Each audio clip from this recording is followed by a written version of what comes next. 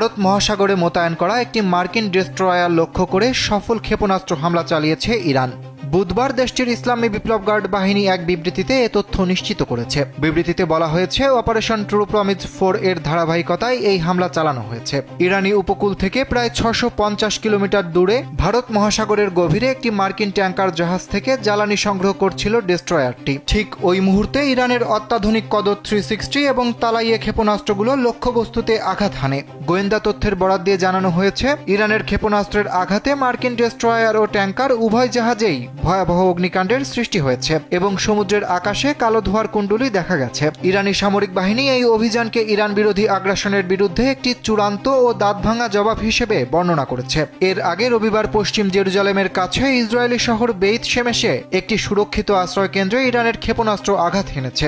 এতে অন্তত 9 জন ইসরায়েলি নিহত হয়েছেন এবং আরও অনেকে আহত হয়েছেন।